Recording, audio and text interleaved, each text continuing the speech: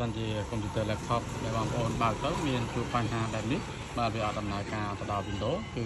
បងប្អូនបាទចុច control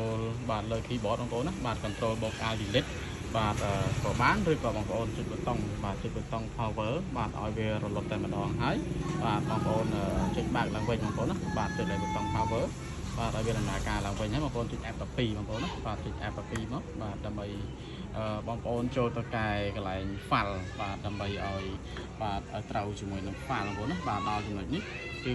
បងប្អូនចុចបាទ key បាទសញ្ញាបាទនៅខាងលើខាងក្រោមបងប្អូនណាបាទហើយយកពាក្យថាបាទchange boot mode setting បងប្អូនណាបាទហើយ enter បាទ enter ហើយបងប្អូនយកពាក្យថា legacy boot mode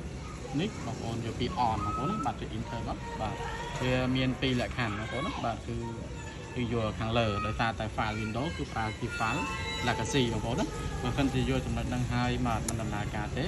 គឺមានវិធីសាស្ត្របាទមួយទៀតបងប្អូនណាបាទហើយយកពី yes មកបងប្អូនបាទ enter ទៀតមកបាទ enter 2 ដងមកបាទ apply បងប្អូនបាទ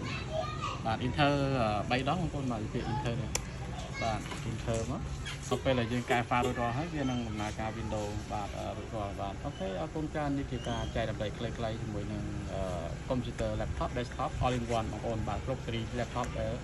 ឬក៏កុំព្យូទ័រដែលមានបញ្ហាបែបនេះបងប្អូនអរគុណ